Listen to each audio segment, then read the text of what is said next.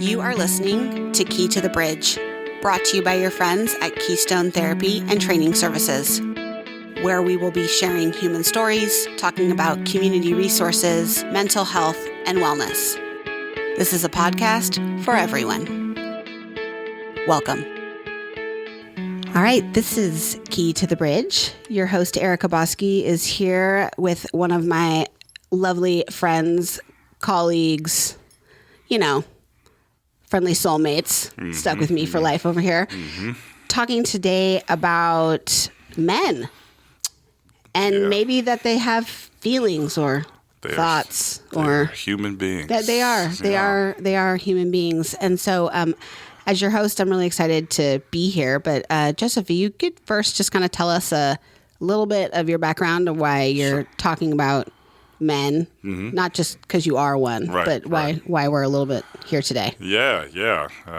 Thanks for having me back. I think the last time we were here was probably one of the first episodes that you recorded. So, happy to be back and discussing something that's, really important to me, kind of the work that I do, kind of background, was one of your disciples at San Francisco State in the Master's of Social Work program. And, a lot of my work has, really what brought me to the work is kind of some of my own work that I was doing and exploring who I was, not only as a, just a person, but exploring some of, those pieces to me and that we would identify as kind of more masculine.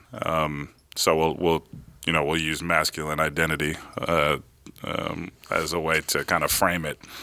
And I think those, and we'll get into that later. But certainly, kind of that journey for me was so important and informed me of the work that I wanted to do with other men, because I think once I crossed over into maybe a different part of my life, I recognized some areas that were kind of restricting me from being kind of healthy or having, I'll really go back to healthy relationships.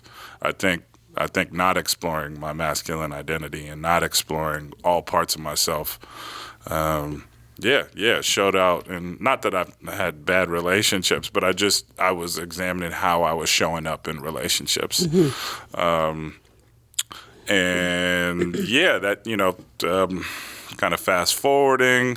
I worked in a number of college counseling centers. I really enjoy, the junior college setting.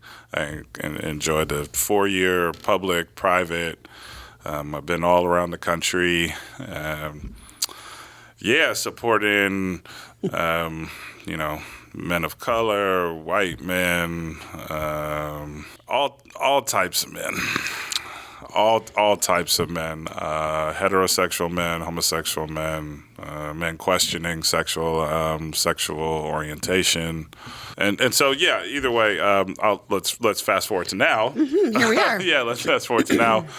Currently work as a therapist and outreach specialist for Santa Rosa Junior College, which is a new role where I do get to work with more young men. I would say specifically, but I've been working with more Black African-American men, and then obviously Keystone, 100% of the work that I do here is with our male clients. I also teach, group work at the junior college, and then had an opportunity to teach at San Francisco State alongside you. And so, that's just a brief kind of rundown. Yeah, well, I mean, it's one of those things where I think when you and I talk about this conversation, one of the ways it started is as a heterosexual woman, of color. If we're going to give all the intersectionalities, one of the first conversations you and I had was, you asked me some form of a question like, tell me about your family, like who raised you? And I said, oh, that's a funny question. And I asked you, well, why do you ask? They're like, there's something a little like different about your femininity and your approach to doing things. And then I said, oh, well, my primary caregiver was my dad. Your father, right. And we really clicked on that. And I think that that's something that I feel lucky to have experienced, but I also am learning how rare it is to have been raised by someone who identified as a white, like heterosexual man, raising 3 women, which is also super interesting. But that whole experience has brought up a lot of these conversations that we're still having today. Like, what does masculinity look like? What are the roles that men are playing in different relationships that they're in? And then also, too, that piece around how emotions are expressed, feelings, all that stuff that we have going on. Yeah.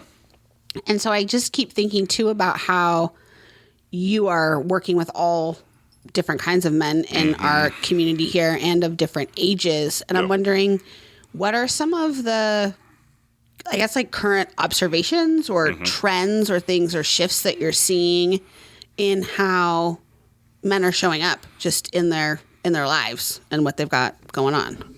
Yeah.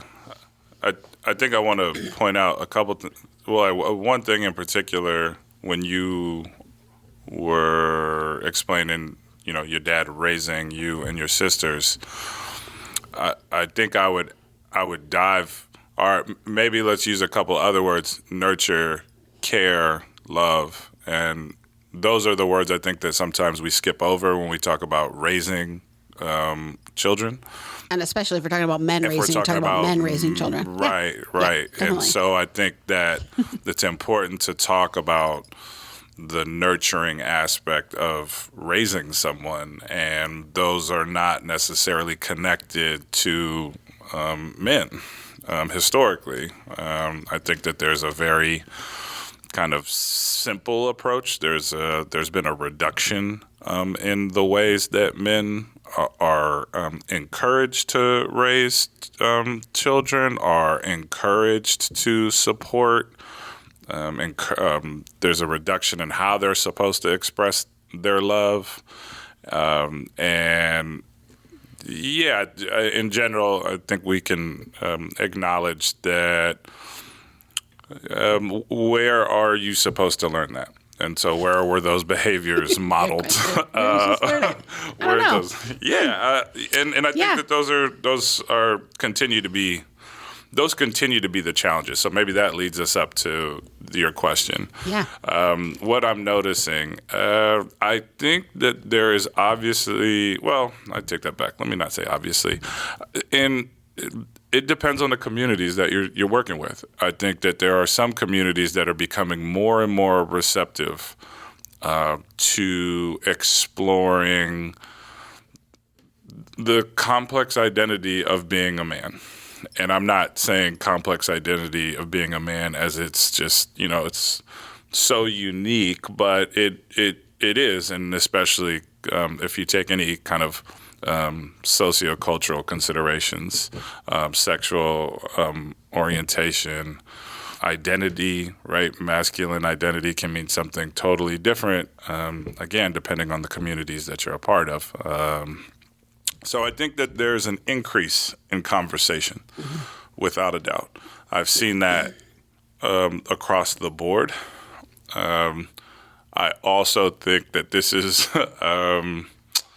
I think that the conversations are there. The containers are probably the places where I'm noticing those are areas that are lacking. So the more mainstream conversations of masculine identity are out there.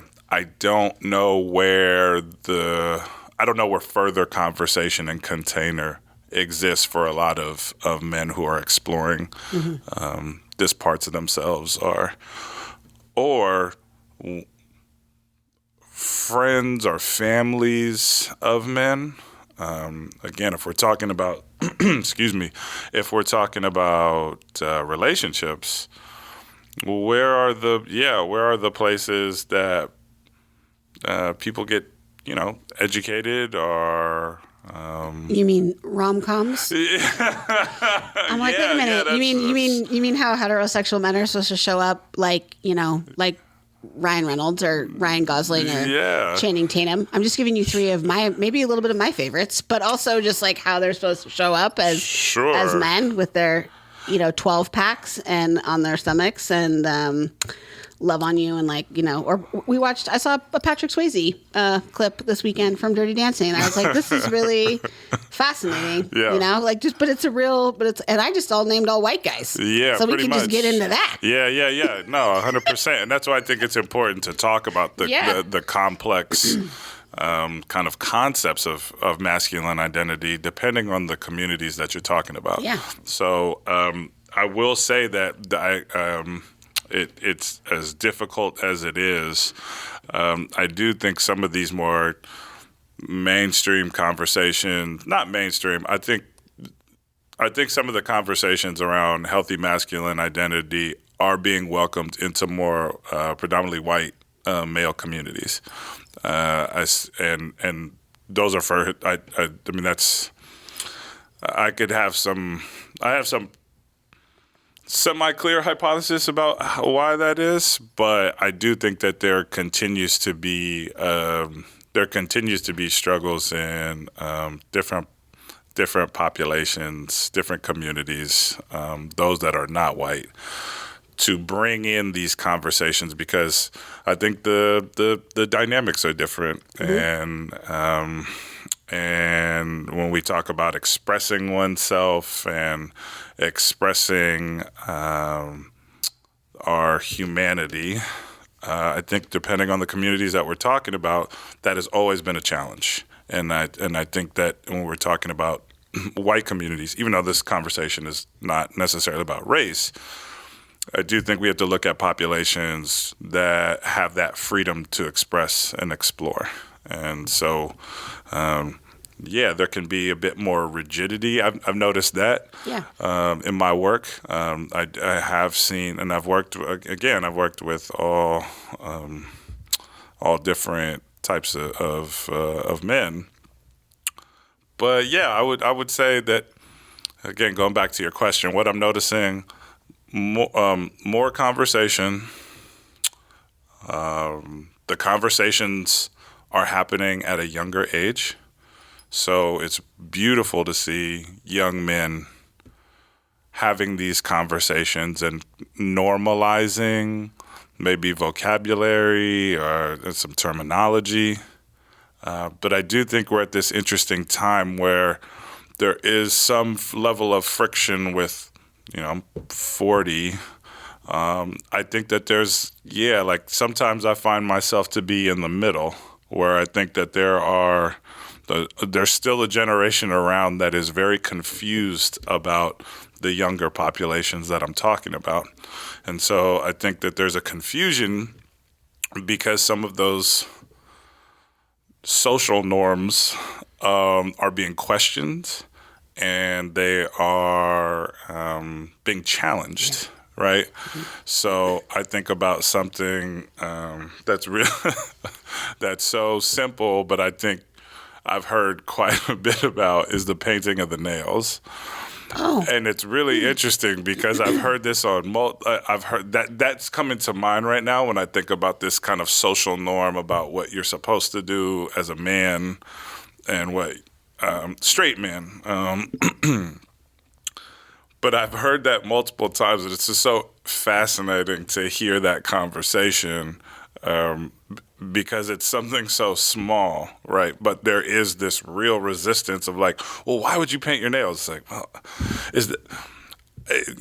for whatever reason, that's not new. Men have been painting their nails for a long time, right? But our exposure to it and what we decide that we're going to kind of like jump on. And oh, no. I think of the example of when women started wearing pants. Right. Or even now.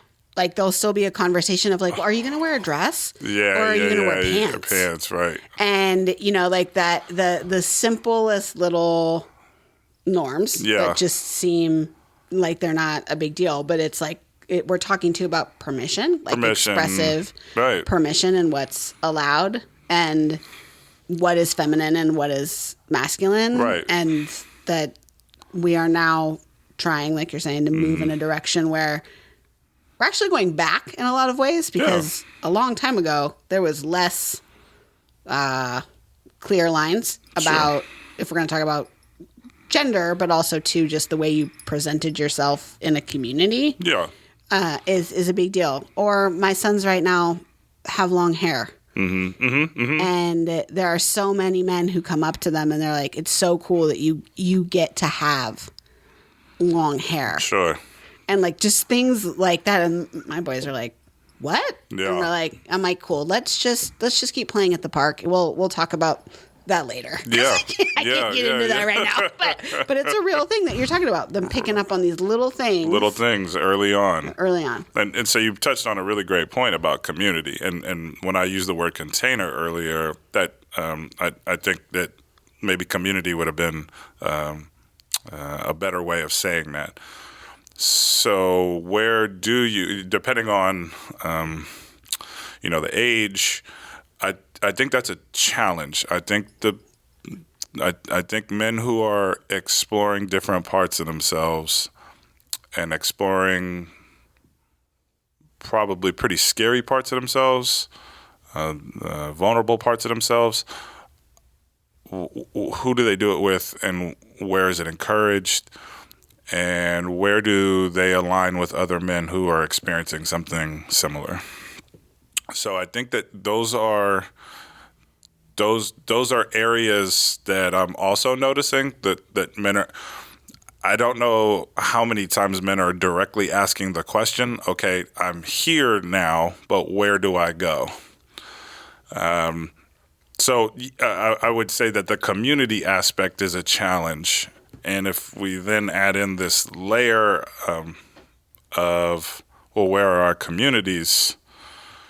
I think that those are challenges as well with the not implementation, but the social norm of social media is really important to bring up, because we're kind of just hit left and right with different images and maybe expectations of what masculinity looks like. And I am seeing rigidity for men who don't necessarily fall into any category, right? So you're seeing increases in folks who we would identify as maybe a little bit more lost, not really having a clear path, who don't feel like they're socially accepted, who are into non-traditional kind of activities and experiences. And they can, I think that this isn't unique to men, but I do think that there's a pretty significant level of isolation. And so I can speak personally on that. I think early on in my journey, which is still going on, it's a forever journey. I think that's something to really reinforce, that it's a practice, it's a discipline, it's something that you have to revisit, and sometimes it's beautiful and sometimes it's really ugly. It's not great sometimes. No. And I think that, one of those things that was a challenge is, where do I find community? Who are the people that I want to explore this with? Now, I've been very lucky. Lucky is an understatement to, in some way, have, I don't want to say seamless, but I've been really lucky to have friends of mine who are in similar process. But for those who maybe have a harder time, not just exploring identity, but what if you have a harder time connecting with people, right? There's a real we did have a couple things going on in the last 5 years. Yeah, we've been a little, literally disconnected. Literally we were encouraged not to talk to people, not to be near people.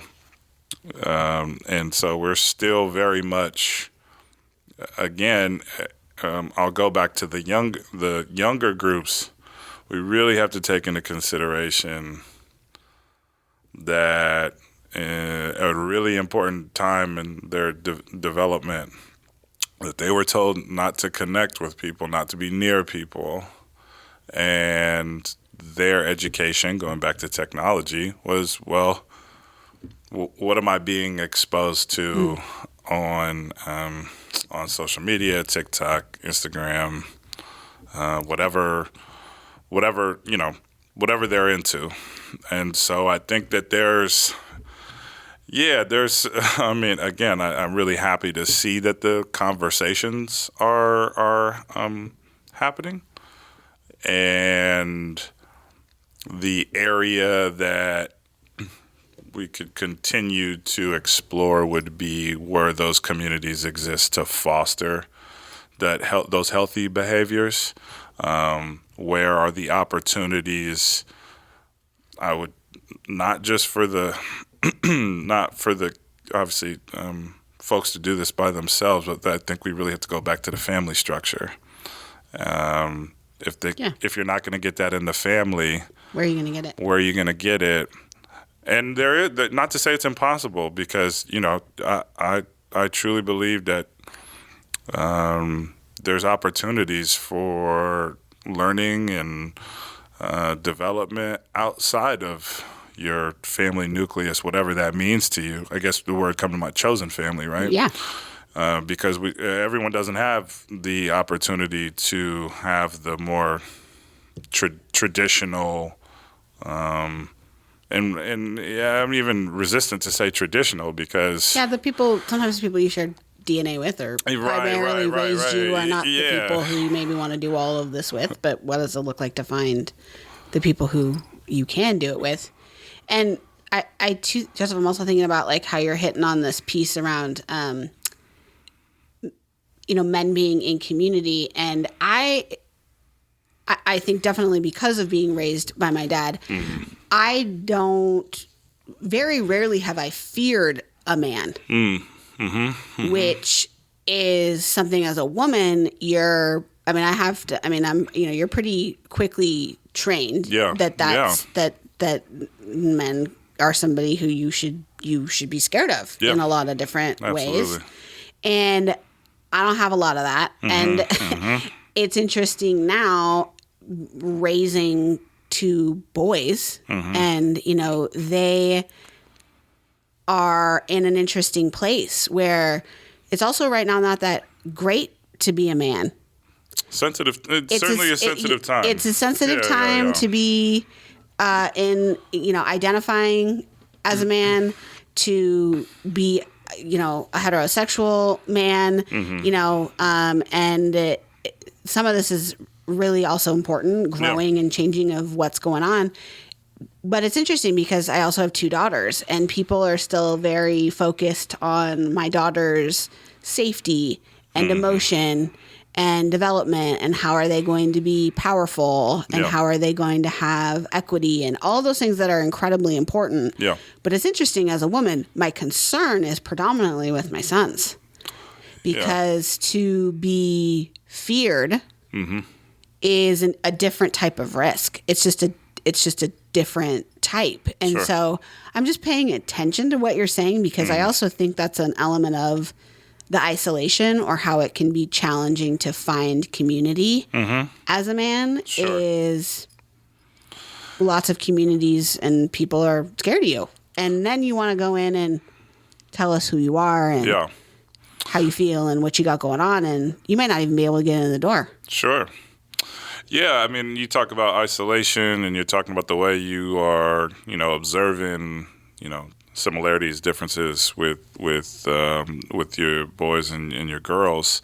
If we really look back to kind of maybe more stereotypical ways that we raise boys and girls, we isolate boys pretty early when there's, they get in trouble or when they are maybe bothering in some way, annoying their parent. Usually the quick reaction is you need to go somewhere. You need to leave. I don't know if that's the same messaging that we communicate with girls. Well, there's maybe more opportunity to bring girls closer, or with simple thing when they experience pain. What do we observe? Do we observe, if we're talking about men or both parents, do they run to the child? Do they run to the young boy? How are you doing? Are you okay? Or is it, what are you crying about? Or what's the problem? Like, is there something wrong with you? Do we do that with young girls? Statistically speaking, we could, you and I could geek out on the data. Again, we're generalizing. And our lovely listeners, if you'd like to Google some things, right, please. Hit up Google Scholar. All of the research is there for you that these norms are pretty clear and ingrained. And definitely the people, Joseph, myself too, being 40, the people who raised us definitely came from a generation of very clear rules about how if you are a man, you are not weak, you do not cry, you suck it up. If you're in pain, you definitely don't show it as little as you possibly can. Sure. And if you're a girl, you are soft and more timid, and you are quiet. And, all of those norms are totally there. And we're the descendants of those norms, and we're still living in a lot of those norms. And I think, too, like about... You're talking about also to the compassion we show men. And, I definitely I have to pay attention to like my efforts, because with girls, we touch each other a lot more. Like that's just part of our norm. Sure. Way more of our dominant, especially American culture norm. Girls are we get to be way more affectionate with each other. And so I'm constantly hugging and kissing on my boys like as long as I possibly can, because I just know at some point that's probably going to have to look a little different if they want it to for the norms. And I think about that all the time, just how a lot of men that I'm around now, it's now a mom question that I have. I'm like, I wonder when you stop being hugged. Like, I wonder when that stopped. I wonder when, you know what I mean? Like somebody cuddled you. Like when did that stop? Because we make men and their affection romantic also too, very early, where women can have physical affection in a friendship way, in a consoling way. Our whole lives we're permitted to do that. Yeah. But for men, you're either being aggressive or doing some type of activity that requires you to touch each other, predominantly sports, or it's romantic. Like you don't really get like a fourth option of like being, cared about just because you're a person. Like that's like not really a fourth option. Yeah. That's not really the questions, right? Yeah. Like, what when I hear you saying romantic, I go to sexual versus intimacy, sexuality versus intimacy. Correct. And so you get two of those categories? Right. Oh, as a man, do you get two of those categories? Not really. No, I don't know if you get. Yeah, that's not the. I don't think that's part of our. Let me not generalize, but that was definitely not part of my education. And I think I've, had those conversations with other men before, right? When you like someone or when you feel connected to them, that doesn't necessarily mean that you want to, pursue any kind of sexual experience with them. You might just want to touch them, hug them, hold them. And I think that again, we go to a lack of education. Who's supposed to tell you that? Or show you. Who modeled it for you? Yeah, who showed you? So Yeah, I think, I really go back to, the home. And this is certainly, I think we would certainly kind of assume that men should have these conversations with other young men or boys. But I also think it's important for it's not a male issue, right?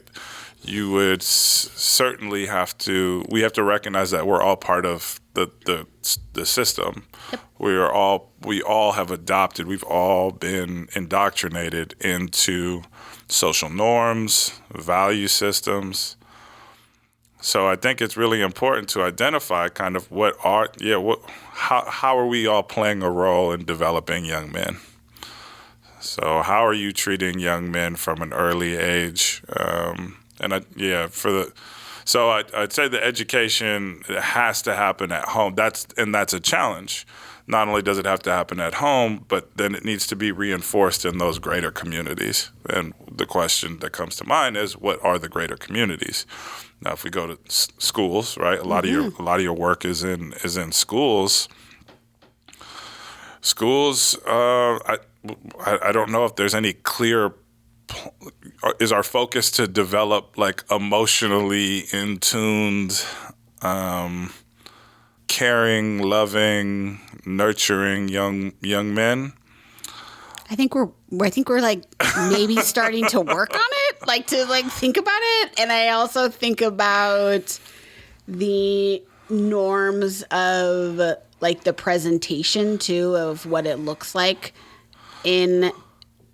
I'm just thinking about now. I don't have a total crystal ball, but I think about the young boys that I'm around and young men I'm around right now whose gender seems male, like they seem pretty solid in their gender being male. Yeah.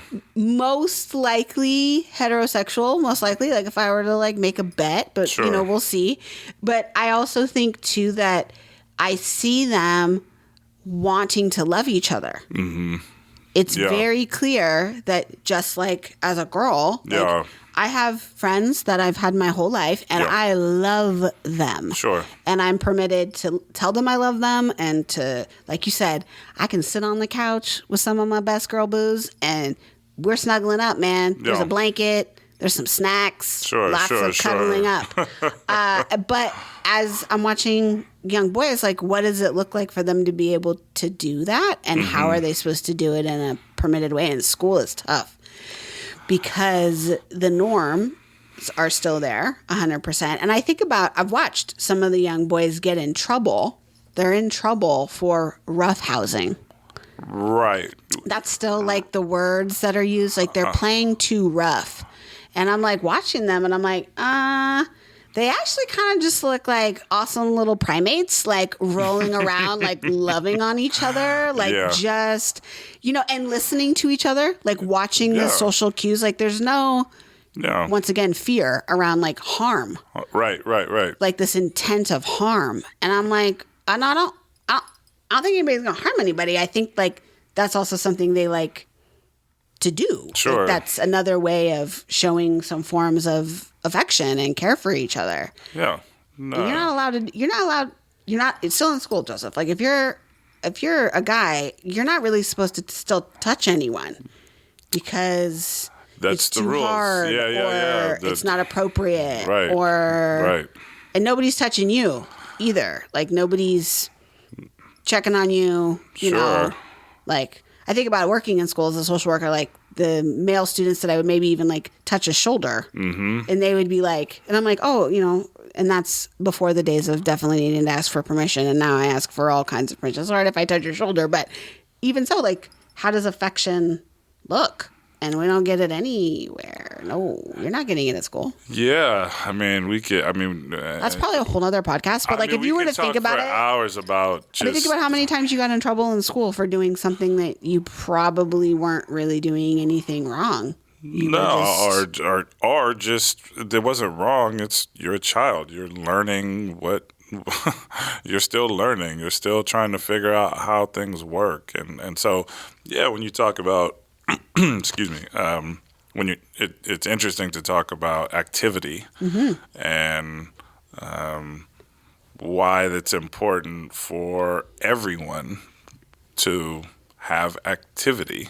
But when you see boys and, folks that, again, not everyone is the same, but when you do see those examples of roughhousing, is that healthy? Certainly could be. That's why there's rules. That's why there's also, ideally, there are containers. There are people who can recognize, oh, yeah, this is okay. And then when it doesn't, there's a moment, right? I think that those are the learning opportunities. Oh, that was too rough. Oh, did you see how that affected that other boy? I go back to, I don't want to make the whole podcast about kind of my own experience, but I do think I went to an all-boys school for, 3rd grade to 8th grade. And I think that it's a really it's a sensitive topic right now, because we are at a stage where we are having a healthy conversation around kind of identity. But I had an incredible experience there because the more I look back on it, there were so many behaviors, and I had some very problematic issues there, but some of the more positive experiences that I can go back to are seeing so many different emotions expressed amongst boys, and there was a normalizing of it. So there was boys crying all the time. You know what I mean? Like, they didn't do well on a test. Somebody punched them in the stomach. They fell down the stairs. Somebody's parent was going through a divorce, and those raw emotions had space. And I don't really remember, of course, I don't remember everything. I'm sure young kids can be really mean to each other, but I also remember there being containers. I do think that I had a really unique experience for so many reasons. And I also would probably, it's worth mentioning, that was a predominantly white school, but those emotions were cared for, right? There was a school counselor there that was like, yeah, it's fine. It's okay. Let me bring you into an office. That would and peer support. Yeah. That's really peer support. Well, it makes sense though what you're saying, because being a man or being a woman or being masculine or being feminine, right? If the opposite is not present, it shifts the definition of what those things are, right? Because in spaces I've been in that are all women, you also see more behaviors that I would say would be categorized as predominantly masculine. Sure. Because it's permitted in that group. You're allowed to have more of those behaviors. Yeah. So I could see, that makes a ton of sense that if you remove some of those opposite, like they're seen unfortunately as opposite components, that the dynamic would be very different and the space would be very different for that. And I think you and I are starting to think about a conversation of, as men develop now and into the future, and women, because you have both ends going on at the same time, just the blending of what it is that we're talking about, less siloing and defining of what it is that we're talking about, because technically everybody has some levels of components of what we're talking about, and they're all allowed to be present. We're giving, and it's sad that we have to give permission, but we're giving permission for all of those things to be present. And for me, when you and I met, and then doing this work together, and you're like, hey, I wanna keep supporting men, I think that level of vulnerability around that is risky. There's a risk. You were reading my mind. That's what I was just thinking. It's risky to say that I'm a man. You're also a man of color. You're also a heterosexual man of color.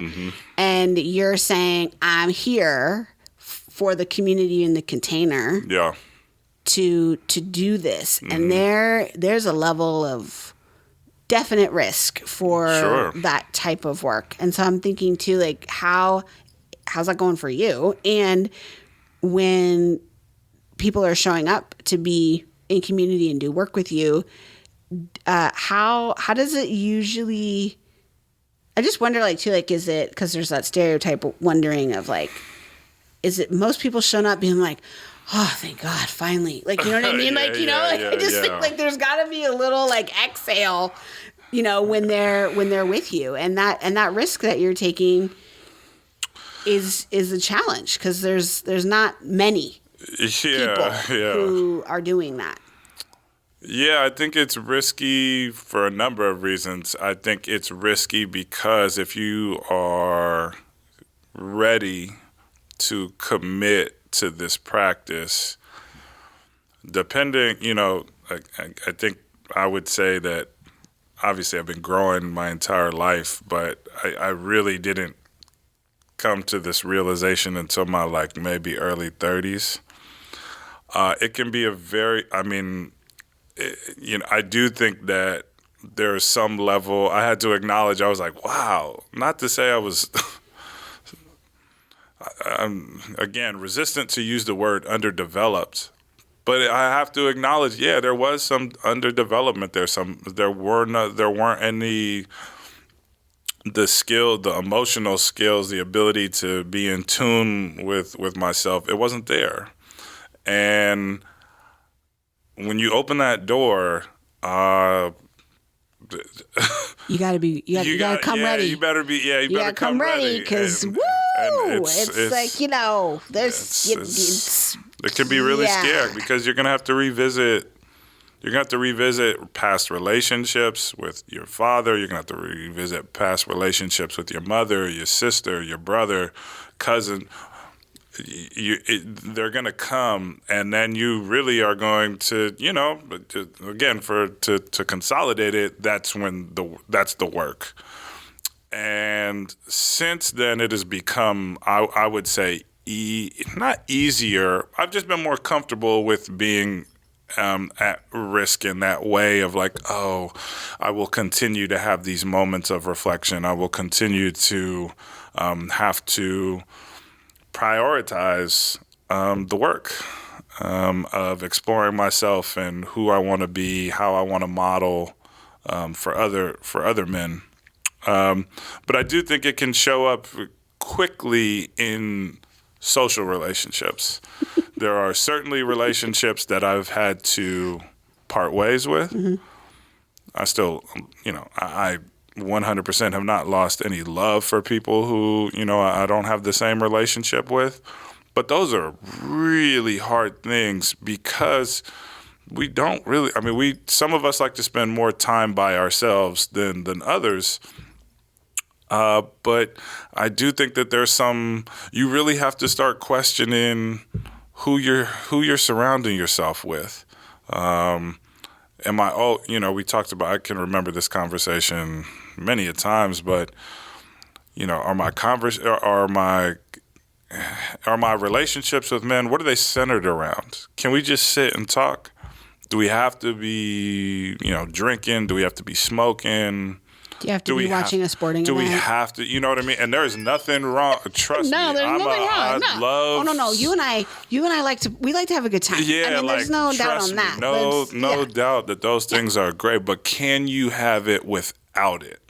Right? Are there opportunities to sit and just explore some of these more kind of challenging ideas, or what are you thinking about? You know what I mean? That we would identify a bit more with femininity. Because when you're a girl, man, you, I think, also have the opposite challenge where sometimes you want to call your friends a little too much. You know what I'm saying? Like you like oversaturated. No, 100%. Like the polar opposite of isolated. You're like smothered with your friends. Sometimes as a woman, and then as a man, I've observed it many a times with men in my life where I'm like, you need to like call somebody. Like you need to talk. You can talk to me. You're more than welcome to talk to me, but it's not. It's not the same thing. Like, can't you just call somebody? And the rules, there's like these. Well, like we don't really talk about that question. Well, why? Why don't you talk about it? And the modeling. Like the modeling. Yeah. Well, I've just never done that before. And it's like, well, maybe we should see about some people you might want try that with, and I've noticed it more now, aging, men doing it in transitions, but like transitions of, a lot of it in transitions into fatherhood. That is like the moment, some of the moments where they're like, okay, I thought I could hold it together a little bit. Yeah. But now I'm in a place, right, where you're literally given like a mirror of who you are in human form. It's kind of a lot. And you're like, now what do I want to do? Like, what do I want to do with this? And I think that's something that's also very new being added to the world of masculinity is what's your role in how you're going to teach someone else. Right. So I'm imagining too, some of the clients you're working with young, or they're in some form like we all are, but some major transitions too. And do you think that that plays a component in the door opening that we're talking about? Yeah, it's funny. So usually the door opening with men that I work with is usually through their job or through their romantic relationship. And well, that makes sense because those are the only two ways that you have worth. Let's be clear. How much money you make and how hot is your boo. Let's be clear. Exactly. That's all you get. You don't get any. You don't have any other worth. So can you, and I'll reduce it down to how much money how you can provide, and how much sex can how many can you provide with someone, and how much sex can you have? Can you be a provider in those ways?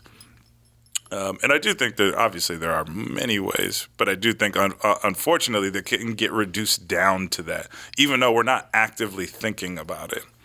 So I think if you're approaching life in that way, then I go back to who are the people you're going to surround yourself with? Who are the type of people that you're going to attract? What are the activities that you can get to, the means to the end, right? So, I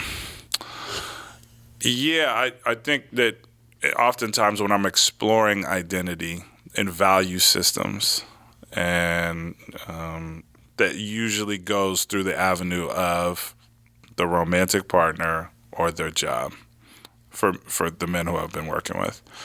It's an easy entry point as opposed to who are you? Tell me. Yeah. That's like a 10th date question. Yeah. What do you want? What do you want out of life? But even what you're saying, Joseph, like I think about like you said, the condensing or kind of the stunting of what we do to people of different, like biological sexes and their genders, like the stunting that we do of that very quickly, right, in terms of their value. Right. And you get older and you just start to think like, well, what else? Like, what else could there be if I'm feeling like I'm not good enough in a lot of ways. Sure. Or the amount of people we're coming in contact now who say anxiety or depression, like these two very clinical words. And I think if you're just thinking about your job and how much sex you can have, like that's a very small, narrow way of living life. Like you're eventually going to be probably upset about some of that. Like that's going to happen. Right. You're being limited. Very limited. Yeah. You're again, your ability to express yourself is being limited. And I mean, if we're looking, two things that come to mind only because I work at a college and I kind of pay attention to some of these things. Men in college enrollment is down and is declining. There's nothing wrong. Again, I want to be really clear that there's nothing wrong with not going. There's nothing wrong with not going to college. You do not have to go to college to be successful in life. We're seeing. I think it's just important that I'm saying that because I work at a college, so we're seeing decline there. We're seeing an uptick in suicide for men. We're finally getting more data about kind of like, whoa, what's happened? You know what I mean? Right. We're talking about a male-dominated world, we're seeing some. Well, we're not going to take statistics on that because that just points out your weakness, man. We know why we're not going to ask So, how you all are doing, because that might point out some things you all don't want to share. Right. So we're asking. Yeah, if we're looking at data and research, it's a population. Men are not researched. I mean, we had men who are the researchers, but actually researching on men, like support groups, rape, men who have been sexually violated, those are conversations we don't talk about. I mean, we don't talk about your mental health. We don't talk about substance use. We don't talk about any like trauma history. You're right. Like all the data is predominantly in that regard, and human services is predominantly on other groups of people. Sure. So going back to the risks, I think it really is. It can be a scary place because you can feel isolated. You can feel very isolated if you have not found other men who want to do the work, who will be able to kind of hold your story, who are ready to explore alternative means of connection, who are ready to talk about other areas of their life. I don't, anytime people are asking me, oh, well, what would you consider? I was like, well, the structure is not there. The support groups aren't necessarily kind of there in terms of my role as a therapist. And just too, like what you're talking about, right, is the areas where you are already having community and gathering and all of those great things. Like, how can this be brought into some of those places where it hasn't traditionally been?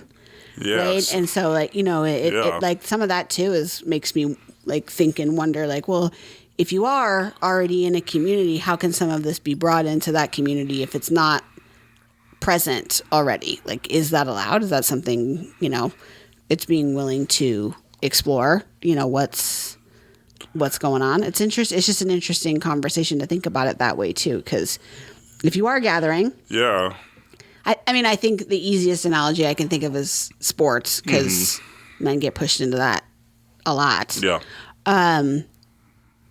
That's a place where, like, how do we bring some of this too into the schools? You mentioned too, like, how do we bring this awareness to people who are in classrooms with young men? How do we bring it to their primary caregivers and guardians and, those places too? Because that's a little bit more preventative than being 38 and showing up for a therapy session and being like, whoa, man, we got a lot to unpack. Man, one of my, you're making me think about a former client who was I think he was like second grade teacher. And I found out to be one of the most beautiful things listening to him talk about his experience as a second grade teacher. Because I was like, man, you work with little ones and you are like, loving them. I mean, it's second grade. Yeah, this got love on those babies. And they're the imagery, that you're modeling. Embodying what it is. The healthy behaviors. You're listening to them. You're allowing them. And again, he's an incredible teacher, but to listen to him kind of work through I just want them to be able to express themselves. And now I look at him, and when he walks out into the world, I don't know if a male second grade teacher has a lot of value in the system that we live in. No. So when he's looking for a partner, is that impressive in in the world that we live in? Oh, you're a second grade teacher. Like, the values, the actual values that he has are incredible. But in the world when he's walking out, I can see where that does not feel, because people may not even have any questions. Oh, it may stop there. Like, oh, okay. Well, how does that exist in a male relationship? Right. With your friends? You're a second grade fucking teacher? Like, why? That's an easy, like, huh? It's so kind of uncharted territory. Yeah, no. I mean, it's like I have a couple male friends that are nurses. Right. And they're asked repeatedly why they're not doctors. Why are you not a doctor? And, and it's like, and we have to start thinking about how we're going to bring these and many of our amazing conversations into the systems and the communities, because that's where people live day to day. And we have to be brave in a lot of ways and ask some questions. And also, too, just like not correct people, but ask some questions. Yeah. Like I'm real good at that. Like I'd be like, so I'm always the jerk. Well, maybe it's not a jerk, but I'd be like, what's wrong with being a nurse? Yeah. You know what I mean? Like if I'm in the room, I'm that person. Yeah. But because what you said is disrespectful to nurses, and it's also disrespectful to this person. Like we got to also too have some holding of each other and supporting of each other. And I think for men, that's something too we're going to have to work on. Men in particular, getting more comfortable with a community that does want to support them. Yeah. So that's going to be huge. I really go back to the home, right? I go back to mothers, fathers. It's again, this is not a male situation, right? How are we? How the words that we're using? How are we encouraging young men to not just to express what they feel, but give them the opportunities to do it. And that goes into kind of what do you want to study, what do you want to read, what do you want to wear, what do you want to talk about, and there's going to be moments. I go back to the word, and I know we're probably getting on a whole different subject here, but the word that comes to mind is repair. Because that's the best thing that we can really do right now is repair these. It's going to happen. We're all going to, say some shit we didn't necessarily mean to say. But where is the repair process? And when we do try to reduce young men, young boys into one category, it harms everyone. It harms everyone. That's what I come back to. You keep, we keep reducing men. We keep isolating young boys. You see what happens. Yeah, I think there's a pretty direct connection between violent behavior and specifically again fearing men like. Well, I want to put it on the record. I love everyone, but I do love men. Yeah. I love them. I got my daddy's right outside the door. I just want to kiss his face. Yeah. But I just think we need to, love. Because I think about it more and more. Like, how are we going to moving forward if this is where we're going? Even though we don't really know exactly where we're going, but how are we going to do it? And it's going to be loving. Yeah, love them. Tell those young boys like, hey, there's nothing wrong. Not even nothing wrong, but then what is again, modeling, but also participation. How are you with them in that moment? And that can come in a number of ways. We don't have time for it in this podcast, but certainly we can revisit that. Yeah, we absolutely have to have experiences that promote that. And sports are easy ways, but there's other ways to go about experiencing joy and love and nurturing. But you have to put if we're talking about raising, you have to put kids in that situation. You really do. You really have to put them in environments where not only is the healthy behavior taught, but you feel it. But then it's valued, and it's clear that it's valued. Mm-hmm. Like, oh, wow. Like, I think about it's super funny. I was reflecting on this, and then I'm going to shut up because, one of the coolest, I never thought about this. And I used to make fun of these kids all the time, talking about just being being a boy at all boys school. At our school, we had crossing guards. Okay. Because I grew up in the city, I grew up in San Francisco, and so streets are super busy, right? Well, yeah. And they had to wear these, dumbass yellow vests and have a stop sign. But there would be a teacher with them. There'd be a teacher on crossing guard duty, right? And there was a program. Like it was like a whole process, and I never got it. And I was like, this is stupid. And as I'm awareness, respect. As I'm looking back on it, it's like safety, wow. timing, eye contact, a lot of responsibility. And these, we were in like fourth grade. You know what I mean? 4th, 5th grade, and you had mentors, right? So you had older crossing guards. And this simple process of crossing the street, but having another person like holding that for you, protecting you. Again, I didn't have the words at that point, but I look at it and I'm like, we're talking about something that happens every morning, and you're watching it and you see it.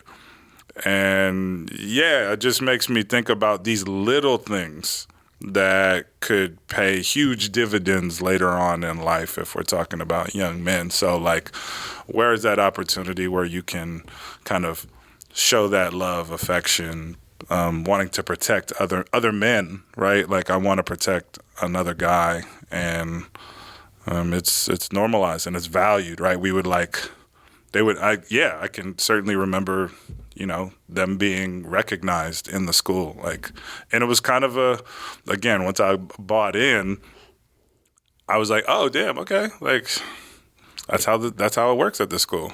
So, wow, okay, like damn, all right, like there's no more, me being the little street punk, like, like, dude, what the fuck's wrong with you guys? That's what's up with that vest? What's up with that damn vest? Like, oh, so people can see you, and they don't, hit you.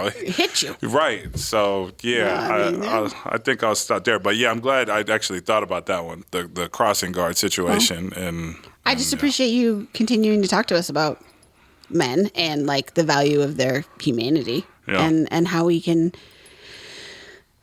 all of us who are listening and, talking about what we want to do, we just got to think about everyone's value and how we want to include everyone. And so I just appreciate you coming.